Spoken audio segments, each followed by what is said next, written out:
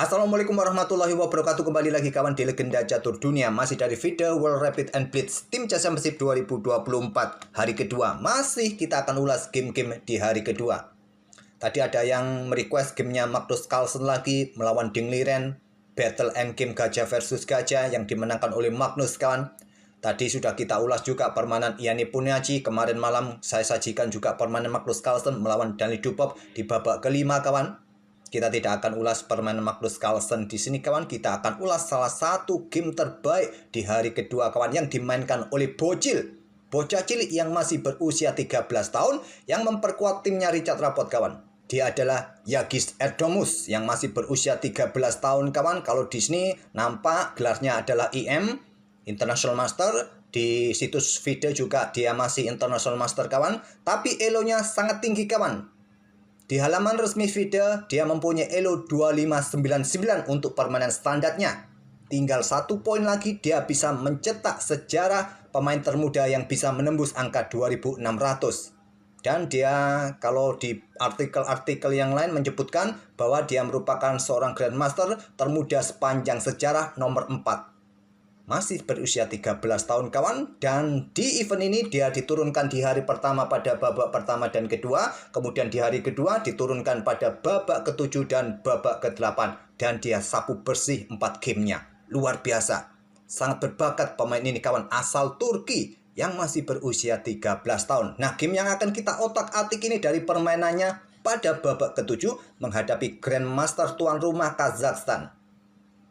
Ya, perlu diketahui event dari kejuaraan antar tim ini kawan diselenggarakan di Kazakhstan, kalau tidak salah di kota Astana kawan, tempat penyelenggaraan kejuaraan dunia antara Ding Liren versus Iani Puniaci. Dan di sini Yagis Erdomus mengawali dengan pembukaan pion menteri pion D4. Dibalas dengan kuda F6 dan dia bermain dengan Tromposky attack. Idenya simpel untuk merusak struktur pion sayap Raja Hitam.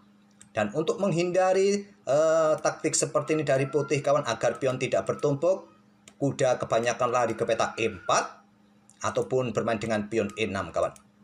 Nah, kalau kalian lari dengan kuda ke peta E4 serang gajah, gajah ke peta F4 yang paling banyak. Nah, hitam akan langsung mengcounter dengan pion C5. Pion F3 untuk usir kuda kembali, menteri keluar skap. Ya, tentu kalau kalian blokade dengan kuda, peta C3, peta D2 ataupun dengan gajah akan dibegal oleh kuda kawan. Tentu kalian blokade dengan pion di sini, baru kuda mundur kembali. Nah, di sini bisa kalian lanjutkan dengan langkah pion D5 kawan untuk menghindari pion pukul pion atau blokade pin agar nanti jika terjadi baku hantam peta D4 masih bisa diambil balik menggunakan pion C. Oke, kembali lagi ke langkah aslinya kawan. Di sini memilih dengan pion E6 dan Erdomus melanjutkan dengan langkah pion E4-nya. Jelas ingin didorong untuk mendapatkan kuda. Ada pion H6 dan di sini melakukan pertukaran gajah sikat kuda F6 untuk memaksa menteri ambil balik dan keluar. Menteri ambil balik, kemudian di sini mengembangkan kuda C3 ataupun juga dengan pion C3 kawan. Jika kalian tidak ingin adanya gajah yang mengganggu posisi kuda, ya bermain dengan pion C3. Kuda C3 langkah bagus juga. Nah, bisa kalian lanjutkan dengan langkah gajah B4 di sini yang paling banyak juga diambil oleh hitam untuk mendapatkan tempo kawan. Memilih dengan langkah pion D6, gajah terkurung di area pertahanannya sendiri. Kemudian menteri D2, persiapan rokade panjang ataupun untuk dukungan serangan badai pion sisi raja nanti kawan. Pion C6 ataupun juga dengan langkah pion A6, gajah D7 mungkin, ataupun juga untuk mencegah pergerakan pion F4 bisa bermain dengan pion G5. Ini yang paling kuat selain pion A6. Memilih dengan pion C6 saja untuk perkuat senternya, dan di sini rokade panjang ataupun mungkin bermain dengan pion F4 atau mungkin dengan pion H4 terlebih dahulu. Tapi amankan raja, rokade panjang baru menyusun serangan berikutnya yang akan dilakukan Yagis Erdomus. Masih berusia 13 tahun kawan. Ya kira-kira SMP lah anak ini. Apakah kalian usia 13 tahun sudah mengenal catur? Kalau admin dulu, kalau ke SMP tuh suka bawa catur mini kawan. Magnet itu loh. Suka main sama teman-teman juga. Ya main ala kadarnya, kita nggak tahu teori-teori catur. Asal melangkah saja, mengisi waktu senggang nunggu guru datang, ya main kawan. Nah, di sini kawan hitam masih perlu mengembangkan 3 perwira minornya. Mungkin kuda D7, gajah E7 kawan ya. Pion E5 dimainkan oleh hitam. Langkah bagus juga. Buka akses bagi gajah terang untuk berkembang, untuk menghentikan potensi pion-pion ini kawan. Dan juga ya jelas untuk menghentikan posisi pion F. Kuda F3 terlebih dahulu melanjutkan pengembangan untuk menekan pion E5. Nah di sini kuda D7 baru dengan pion D pukul pion E5. Membuka akses menteri kawan, menyerang lajur D. Nah di sini yang terkuat menggunakan kuda langsung kawan untuk menantang pertukaran. Ambil balik, kemudian kalian ambil balik menggunakan menteri kah? Yang paling kuat kawan, kalau menggunakan pion yang di sini, maka ada ide pengorbanan kawan. Coba di sini, nanti akan bisa memberikan kesempatan gajah keluar, cukup berbahaya. Jadi setelah diambil oleh kuda pion ini kawan, ambil balik oleh kuda putih, ambil balik menggunakan menteri. Mungkin ada pion F4. Mungkin inilah yang tidak disukai oleh hitam saat ambil pion ini menggunakan pion kawan. Memang di database yang paling banyak menggunakan pion. Tapi yang mungkin tidak terkalkulasi adalah langkah pengorbanan dari kuda putih petak B5. Ciamik sekali langkahnya kawan. Ancaman skak garbuan di sini. Bocah 13 tahun sudah bisa melihat membuat serangan semacam ini kawan. Tentu kalau diterima kawan, ya gajah ini bisa keluar bersama menteri benteng menekan kuda D7. Sangat berbahaya. Oke, kembali lagi ke langkah aslinya kawan. Ditolak, raja bergeser ke petak D8. Langkah bagus untuk menjaga petak C7-nya kawan. Tapi posisi kuda sekarang dalam posisi yang pasif. Kena pin otomatis. Gajah terang tidak bisa keluar sementara waktu di sini. Kemudian di sini menteri A5 skak ataupun menteri ke petak C3 untuk ambil pion ini kawan. Tapi ini adalah bentuk provokasi skak. Untuk provokasi pion ini didorong maju dan pion C6 akan lemah. Blokade dengan pion B6. Sekarang baru mundur ke petak C3. Nanti bisa diikuti ya tetap kawan kalau kuda ini diambil gajah langsung aktif. Menekan pion ini sekarang, putih. Pion A6. Kuda D6. Langkah bagus, cerdas kawan. Tidak mungkin diambil oleh menteri. Tujuannya apa? Korban kuda di petak D6. Ambil oleh gajah, terblokade. Akses menteri menjaga pion C6. Menteri meluncur. Dan harusnya seperti ini. Memang. Gajah dikorbankan di sini.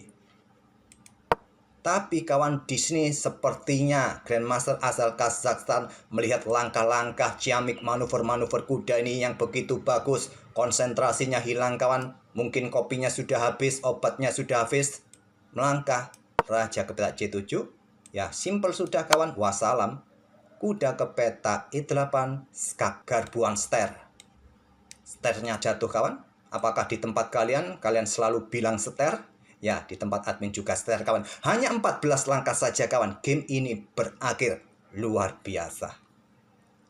Masih berusia 13 tahun sudah bisa menghancurkan Grandmaster tuan rumah. Oke, itulah kawan permainan dari Yakis Erdomus pada babak ke-7. Kita akan lanjut game ke-8-nya kawan. Game ini juga tidak kalah ciamik dari permainan bocil ini menghadapi Grandmaster asal India. Grandmaster wanita, tapi gelarnya Grandmaster kawan. Nah, di sini pion D4. Pion D5, pion C4 Queen's Gambit kawan di atas papan. Queen's Gambit decline. Kuda C3. Menantang permainan Ragozin kawan. Ditolak dengan kuda F6 terlebih dahulu. Nah, variasi pertukaran kita dapat dengan pion C pukul, pion D5. Ambil balik, diikuti gajah G5. Sebelum pion E3-nya. Ya, idenya dia ingin bermain solid kawan. Tidak ingin gajahnya ini terkurung di rantai pionnya. Jadi sesegera mungkin dikeluarkan seperti permainan Tromposki tadi. Pion C6. Jelas gajah menekan kuda. Harapannya nanti sikat kuda bisa mendapatkan pion yang di sini. Oleh karena itu dengan pion C6. Baru pion E3. Pion H6. Gajah ditarik mundur, tidak lagi melakukan pertukaran seperti tadi kawan. Gajah mundur ke petak H4. Di sini gajah E7 blokade pin persiapan rokade. Gajah D3 rokade pendek. Menteri C2 lanjut putih. Nah, kuda mundur ke E8 menantang pertukaran. Diterima, ambil balik oleh menteri. Baru kuda F3 dan ada gajah E6 melanjutkan pengembangan. Di sini rokade pendek Yakis Erdomus, kemudian pengembangan kuda D7. Tinggal satu perwira yang harus diaktifkan kembali dan 2 benteng terkoneksi. Kalau putih sudah terkoneksi kawan, dua bentengnya. Kuda E2, gajah G4, kuda G3, menawarkan kuda kawan. Apakah kalian bersedia untuk menukarkan gajah kalian sikat kuda? Memang berhasil menumpuk, merusak struktur pion dan membuka posisi raja, tapi tak ada masalah bagi putih kawan. Walaupun ada ruang-ruang lemah di area terang, tapi hitam tidak mempunyai gajah terang lagi. Tak ada masalah, kalaupun ada menteri mencoba menyerang, ya dorong saja. Tak ada masalah di ruang-ruang terang ini karena tidak ada gajah terang. Dan untuk membawa kuda ke arah depan raja ini butuh tempo yang banyak kawan. Sedangkan di sini kita lihat area terang, kuda, menteri sangat bagus posisinya di area terang, tak ada masalah. Hitam menahan diri, aktifkan kembali kudanya ke peta D6. Ada benteng AE1, benteng AC8, persiapan dorong pion kawan. Dihentikan dengan pion B4. Ada pion B5, nah di sini pion H3. Kembali menawarkan kuda. Nah menurut engine sudah saatnya ditukarkan saja sekarang. Strukturnya sekarang beda dengan tadi kawan. Memilih dengan gajah tarik mundur ke peta E6. Nah di sini kuda E5 menantang pertukaran. Kuda C4 kawan menantang pertukaran, di sini mendapatkan 2 kali tekanan kuda putih ini. Apakah kalian langsung melakukan pertukaran? Erdomus memilih sokong dengan pion F4. Dan juga persiapan untuk menjebak gajah. Di sini kuda D caplok kuda putih E5, ambil balik menggunakan pion D kawan. Apa yang menjadi pembeda? Ini yang terbaik, ambil menggunakan pion D. Harapannya apa? Dengan 2 pion ini kawan akan didorong terus maju. Beda lagi menggunakan pion F. Tidak ada pion F yang nanti bisa kalian gunakan menyerang, walaupun mempunyai lajur F yang semi terbuka. Langsung ditantang oleh hitam nanti ke depannya. Dengan pion D ambil kembali kuda E5, siap pion didorong maju. Di sini menteri caplok pion B4, pion F5. Gajah mundur, diikuti pion F6 kawan. Pion G5 merupakan opsi terkuatnya di sini. Kemungkinan gajah F5 menantang pertukaran, dan seterusnya. Mungkin kuda caplok pion ada peta E5, dan seterusnya. Memilih dengan pion G6, tentu saja gajah dikorbankan. Gajah meluncur ambil pion G6. Tidak berani ambil, kuda memilih ambil pion E5, ancam gajah. Tentu kalau diambil ya wassalam kawan. Satu langkah berikutnya bisa kolaps. Memilih kuda caplok pion E5, gajah F5 menantang pertukaran. Nah di sini menteri bergerak ke peta H4 yang terkuat, tapi memilih menteri ke peta C4 menantang pertukaran. Menteri D1 menolak dan persiapan menuju sayap raja nanti. Dihadang dengan menteri H4 mengancam kuda, dan di sini langkah terbaiknya raja ke peta H2 kawan, mempertahankan posisi kuda. Kalau terjadi baku hantam di peta F5 ini, ya baru nanti kalian ambil menggunakan benteng saja yang terkuat. Memilih dengan gajah pukul gajah D7, temponya ingin mendapatkan benteng kawan. Menteri memilih ambil kuda G3. Kenapa tidak ambil gajah saja agar gajah ini tidak ancam bentengnya? Masalahnya di sini kawan, benteng F4. Kalian sudah tidak bisa bergerak kemana-mana lagi. Kalau ke sini ya benteng ke sini, wassalam. Begitu juga ambil kuda, ya wassalam juga. Oleh karena itu, menteri ambil kuda tapi dia kehilangan benteng. Ambil balik oleh benteng, menteri H5, coba rebut pion ini kawan, ditantang dengan menteri G5. Opsi yang lain, benteng bergeser ke peta E8. Menteri G5, pertukaran menteri kita dapat, dan putih unggul kualitas perwira. Luar biasa kawan, kita berada di langkah ke-29. Kontrol waktu ya hanya selisih 1 menit saja. Benteng F5 ancam 2 buah. Benteng E8, benteng ambil pion skak, raja ke peta F8, dan sekarang mulai dorong pion H. Pion H4. Kuda mundur kawan, ancam pion, dilepas, dorong pion H5. Kuda caplok pion F6, dorong terus maju kawan. Di sini pion D4, tentu kalau pion pukul pion, benteng di belakang jatuh. Nah, pion E4 sudah saatnya didorong. Memilih benteng F5, ancam kuda. Backup dengan benteng E6. Kuda ke D5 ini juga cukup bagus kawan. Tapi backup dengan benteng E6. Benteng EF1, perkuat dukungan untuk sergap kuda ataupun pion yang ada di peta F7. Pion D pukul pion E3, benteng ambil kuda. Pion dorong, Benteng ambil pion F7 skak. Raja bergeser, dorong pion kawan. Pion ambil benteng promosi, ambil balik oleh raja.